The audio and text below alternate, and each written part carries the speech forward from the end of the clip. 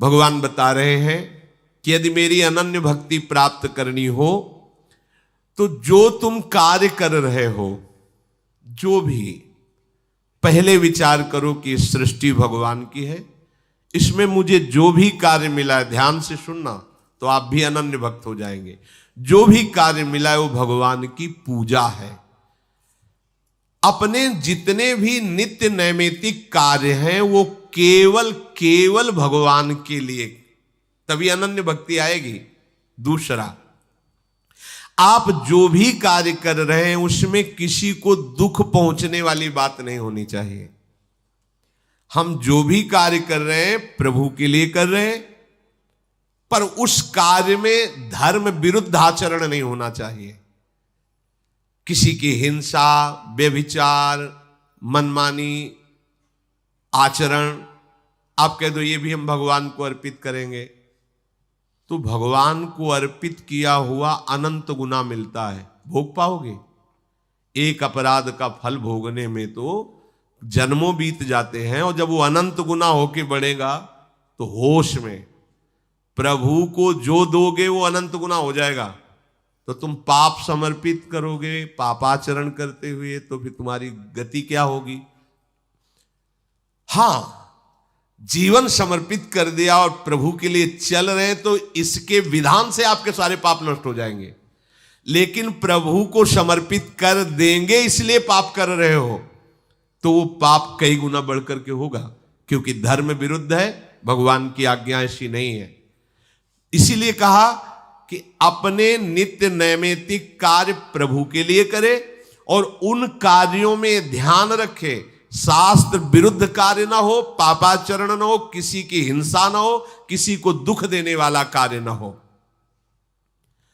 और मेरे श्री विग्रह के नित्य दर्शन करे। अपने घर में जो ठाकुर जी विराजमान है, या श्री राधा वल्लभ लाल जी, बांके बिहारी लाल जी, राधा रमन लाल जी, और बहुत से करुणा विग्रह विराजमान प्रभु है, नित्य दर्शन करें।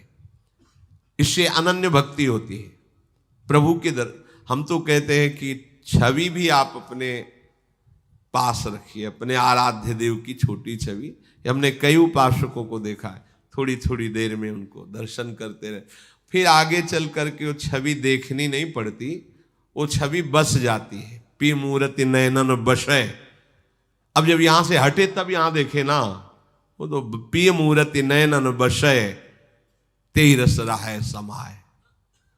प्यारे की छवि ही नेत्रों में बस गई, अब क्या करें? अब कुछ अलग से देखने की जरूरत हो तो बस ही गई ना, पुतरी ही बदल गई, आराध्य देव पुतरी में बैठ गए। पर यहां तक पहुंचने के लिए अपने प्रिय प्राण प्रीतम आराध्य देव की छवि का बार बार दर्शन करें, बड़ा लाभ मिलता है, ऐसा करना चाहिए। अपनी वाणी जी में या कहीं भी छवि रख लो, बार बार दर्शन करो। आराध्य देव जो गुरु प्रदत्त आराध्य देव है। मेरी सेवा, ये जो राधा नाम सेवा है, अपने लोग तो क्या महिमा जान पाएंगे, हरि स्वयं करते हैं। यन नामांकित मंत्र जापन पर प्रीत, राधा नाम आप स्नान करा रहे हैं, इत्र लगा रहे हैं, चंदन लगा रहे हैं, फिर इसके बाद चरणामृत पीते हैं, राधा नाम को जब श्रृंगारित करके विराजमान करते हैं, सच्ची मानिए इसमें जो आपको लाभ मिलेगा वो बड़ी बड़ी यज्ञों में, बड़ी बड़ी साधनाओं में नहीं, विश्वास कर लीजिए, हृदय की बात कहता हूं। वो जो लाभ मिलेगा, देखो अगर और भाई भाव है तो छवि विराजमान कर लीजिए, नहीं तो राधा नाम ही पूर्ण है। अब न पोशाक पहनानी है, न जहां भी जाओ छोटी सी डलिया ले लो। हमने देखा है महापुरुषों को, वो लकड़ी की डलिया, एक रुमाल, छोटी सी तकिया, राधा नाम विराजमान, ऊपर झीनी मच्छरदानी जैसा कपड़ा, और ऐसे छाती से लगे, पूरे ब्रज भ्रमण दंडवती परिक्रमा सब, सात श्री जी विराजमान है, भोग राग की सेवा, स्पर्श, राधा नाम का स्पर्श, राधा नाम का चरणामृत, राधा नाम का दर्शन, वो आगे चलकर पता चलेगा कि राधा नाम क्या है। सेवा और फिर स्तुति, अनन्य भक्ति प्राप्त करने के लिए हमें लगता है कि सबको यमुनाष्टक याद होना चाहिए।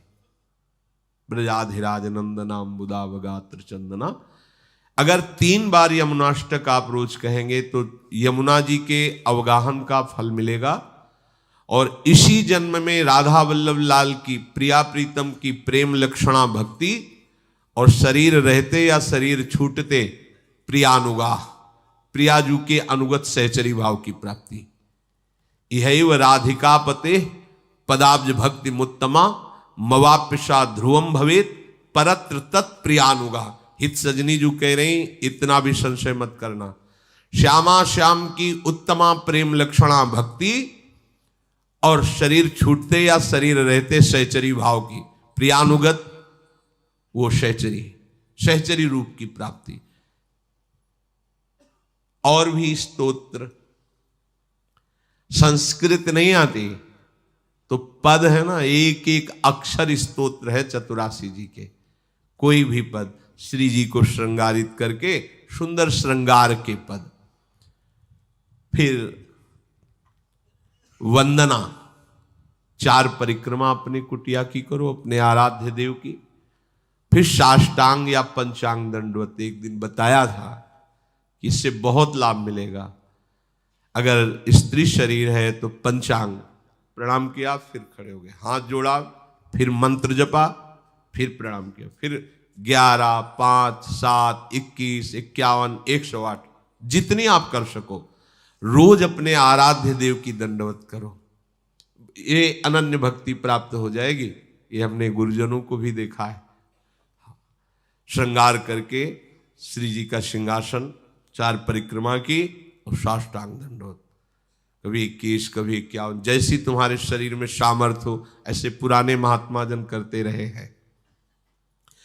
और सब में जो भी तुम्हारे व्यवहार में आवे सामने, तो आपको इतना सोचने में क्या जाता है, इसके हृदय में राधा वल्लभ लाल जो विराजमान, इससे अनन्य भक्ति मिलेगी। जो ही सामने कोई दिखाई दे, हाँ इसके हृदय मंदिर में ये रूप तो मायाकृत है, इसके हृदय में राधा वल्लभ लाल विराजमान है। जैसे सीमेंट और ईंट के मंदिर में या लकड़ी के मंदिर में हम भावना करते हैं हमारे प्रभु विराजमान है, तो राधा वल्लभ लाल जी की प्रथम सीढ़ी में ही प्रणाम शुरू हो जाता है। जब राधा वल्लभ लाल जी के मंदिर की तरफ भावुक जन पैर पधराते हैं तो पैर रखने के पहले प्रथम सीढ़ी को प्रणाम करते हैं। प्रथम सीढ़ी जो अभी बहुत दूर है, क्यों?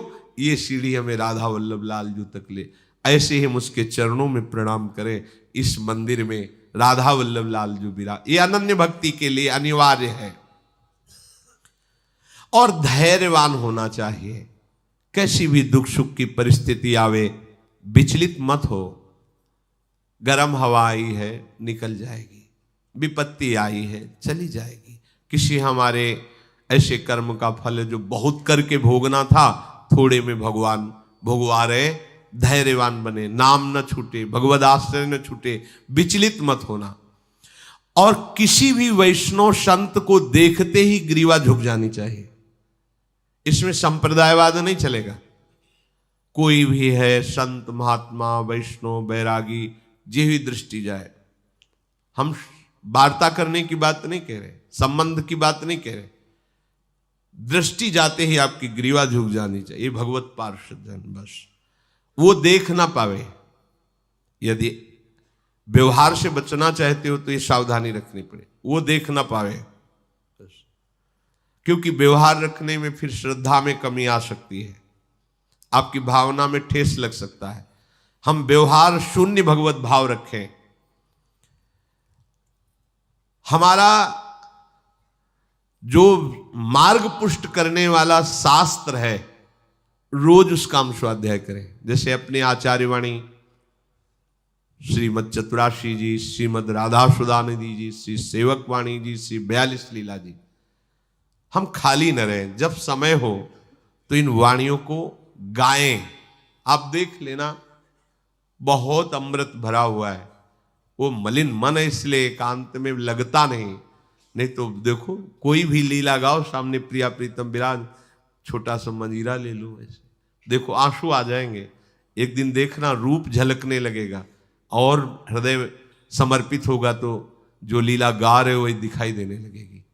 ये करुणा से आती है प्रभु की। जब हम सूत मागध बंदी जन की तरह अपने राजा श्यामा श्याम का यश गाते हैं तो उपहार में वो हमें अपना प्रेम दे देते हैं। ये वाणी प्रेम प्रकाशित करती है।